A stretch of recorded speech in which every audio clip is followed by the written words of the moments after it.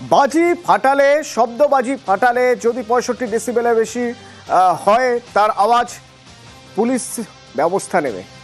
কিন্তু তাই বলে প্রতিবেশী বাজি ফাটিয়েছে বলে পুলিশ সুপার তাকে বাঁশ দিয়ে পেটাবে, সেরকমই তো অভিযোগ কোচবিহারের।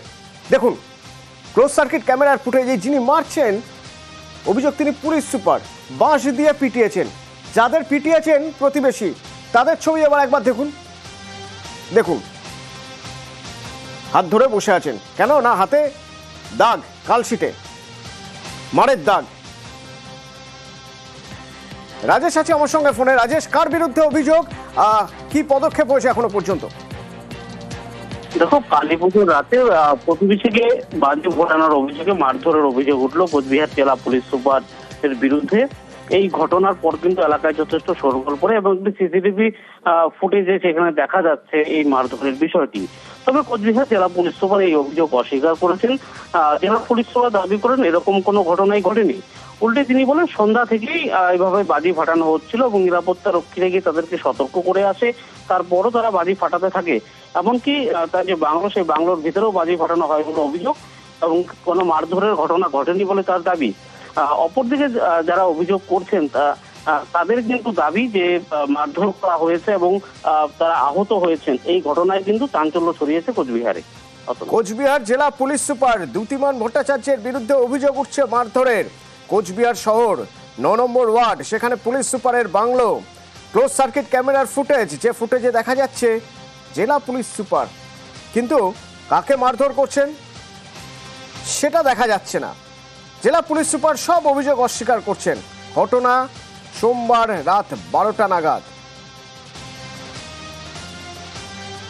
তো বাচ্চা মানুষ নর্মালি ফোটাচ্ছিল, ওনার যদি সেখানে অসুবিধা হয়ে থাকে বা ওনার কুকুরের অসুবিধা হয়ে থাকে, সেটা উনি এসে একবার কমসে কম বলতে পারতেন। উনি নর্মাল হাফ প্যান্ট, স্যান্ডো গেঞ্জি আর মাথায় ওটা ফাট্টি বলে, যেটা মানুষ গুন্ডা মাস্তানরা পরে, উনি লাঠি চার্জটা কি করে করে? উনি ওই চেয়ারে বসে আছে সেটা সবাইকে সুরক্ষা দেওয়ার জন্য, সেটার অপব্যবহার করে গুন্ডা মাস্তানি করে মানুষের বাড়িতে গিয়ে ভাঙচুর বা মানুষের বাচ্চাকে, বাড়ির বউকে গায়ে হাত তোলার জন্য নয় নিশ্চয়ই। আমরা তো কোনো রকম ক্রিমিনাল অফেন্স করিনি। গাড়িগুলো ভাঙছে, যাকে পাচ্ছে, এমনকি রাস্তা দিয়ে লোক যাচ্ছে তাদেরকে অবধি বেধড়ক মার মারছে। আমাদের দেশের আইনি শাসন ব্যবস্থা কিরকম? সন্ধ্যে থেকে তারা বাজি ফাটাচ্ছে বিভিন্ন সময় তাকে বারণ করা হয়েছে, আমার গার্ড গিয়ে বারণ করেছে। এই আমরা ভাবছি এই শেষ হবে রাত 10টা নয় 11টা নয় 1টা অবধি ফাটিয়ে যাচ্ছে কন্টিনিউয়াস। তারপরে গিয়ে তাকে বলা হয় যে আপনারা এই করবেন না, কোনো মারধরের কিছু ঘটনা ঘটেনি। আপনাদের আমি দেখাতে পারবো যে আমার রেসিডেন্সের মধ্যে পর্যন্ত বাজি ফাটিয়েছে। দেখা যাচ্ছে লাঠি দিয়ে মহিলাকে না, এরকম কোনো ঘটনা হয়। আলোর উৎসব সঙ্গে শব্দের উৎসবও বটে, তো সেই শব্দের দাপট এমনই তীক্ষ্ণতায় কলকাতার বিভিন্ন জায়গা থেকে এই কমপ্লেন এসেছে, বিভিন্ন জায়গায় গ্রেপ্তারও করা হয়েছে। সল্টলেকের বাসিন্দারা বলছেন অনেক রাত পর্যন্ত বিভিন্ন জায়গায় শব্দ দানব। যেমন পরিচালক শতরূপা সান্যাল, তিনি সোশ্যাল মিডিয়ায় পোস্ট করেছেন। দেখুন এই হচ্ছে তার পোস্ট, যে পোস্টে তিনি অডিও শুনতে বলছেন, যে এই অডিও একবার শুনুন।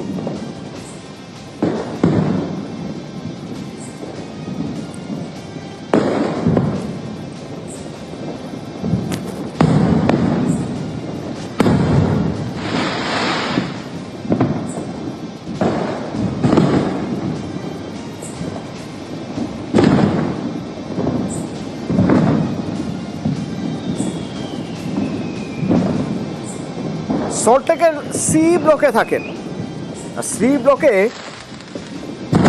বাজির তাণ্ডব চলেছে।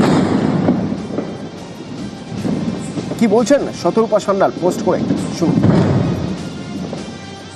প্রথম কথা হচ্ছে যে তাহলে এগুলো বিক্রি হচ্ছে, কোথাও তো প্রোডাকশন হচ্ছে। আইন করা হয়েছে যে একটা নির্দিষ্ট ডেসিবেলের উপরে যাবে না, সেসবের কোনো তোয়াক্কা নেই। এগুলো কে পরীক্ষা করবে? পরীক্ষা করার জন্য একটা সেল নিশ্চয়ই আছে, সিস্টেম নিশ্চয়ই আছে, সেটা কোনো কাজ করছে না। বেরিয়ে দেখতে পাচ্ছি আকাশটুকু যেখানে সেখানে একটা ঝিলিক দিয়ে উঠছে, তারপরে দাম দুম করে শব্দ। আমার বাড়ির উল্টো দিকে এক বৃদ্ধা থাকেন, আমার ডান দিকের বাড়ি, বাঁ দিকের বাড়ি, ওপরতলায় যারা থাকেন তারা প্রত্যেকে বৃদ্ধা এবং প্রত্যেকেই অসুস্থ।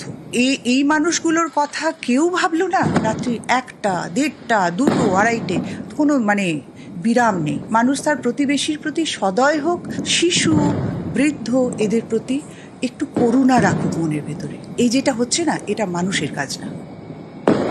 কালকে সারা রাত এত শব্দ, এত বাজি পুড়েছে, আর সত্যি কথা বলতে ভীষণ প্রবলেম। বৃদ্ধ বাবা মা আছেন, বয়স্ক লোকেরা আছে, নিশ্চয়ই লোকে সবাই আনন্দ করুক, সেটা কোনো অসুবিধে কিছু নেই, কিন্তু একটু যদি প্রতিবেশীর কথা সবাই ভাবে তাহলে ভীষণ ভালো হয় আর কি। বৃদ্ধরা আছেন, মুশকিলে পড়ছেন। এই যে সি ব্লক, সেই সি ব্লকের কাছেই বিধাননগর স্টেট জেনারেল হাসপাতালের তাহলে কি অবস্থা? এই যে শুধু সল্টলেকের ছবি তা কিন্তু নয়, কলকাতার বিভিন্ন জায়গা, যেমন এই যে সুরজিৎ বন্দ্যোপাধ্যায় অভিনেতা, চেনা মুখ, থাকেন বাগবাজারে, অর্থাৎ শ্যামবাজার বাটার মোড়ের কাছে। হ্যাঁ, তো তিনি ফেসবুকে পোস্ট করেছেন, লিখছেন, আমি অভিনেতা সুরজিৎ বন্দ্যোপাধ্যায় বলছি, আমার পাড়া বাগবাজার স্ট্রিটে 32 নম্বর ফ্ল্যাট বাড়ির ছাদে বীভৎস শব্দবাজি ফাটানো হচ্ছে এবং উনি অসুস্থ বোধ করছেন, এমন অবস্থা।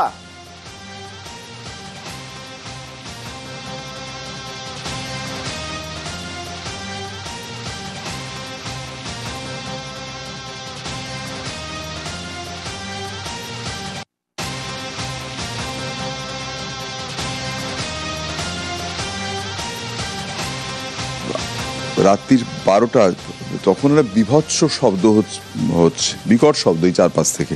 আগে 32 নম্বর ফ্ল্যাটের ছাদের ওপর হচ্ছিল, একদম নিকটে ফাটছে বাগবাজারে। আমি শুধু এইটুকুই দিয়েছিলাম যাতে ওটা ওদের কাছে পৌঁছয় যদি, কারণ আমি 100 নম্বরে বারবার ফোন করে যাচ্ছিলাম, কিন্তু ভীষণ এনগেজ। আমার মনে হচ্ছিল সারা শহরের মানুষই বোধহয় তাদের অভিযোগ জানাচ্ছেন, তার জন্যে তাদের আমি পাচ্ছিলাম না।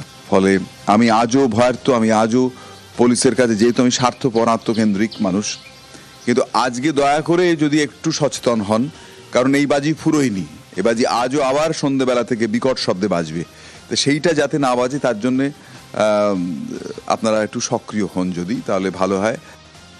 অসুস্থ হয়ে পড়েছিলেন, শ্যামপুকুর থানায় যোগাযোগের চেষ্টা করেন, 100 ডায়াল করেন, সোশ্যাল মিডিয়ায় পোস্ট করেন শেষমেশ, যদিও মানছেন যে রাত 12টার কিছু পরে শব্দবাজির আওয়াজ কিছুটা কমেছে। ততক্ষণে অভিনেতাকে চিকিৎসকের পরামর্শে ওষুধ খেতে হয়েছে। তবে তিনি শুধু একা নন, এই একই ভোগান্তি ভুগেছেন তো পাড়ার মানুষও। তারই পাড়ার আরেকজন, তার পড়শি সুকুমার রক্ষিত, তিনিও একই কথা বলছেন।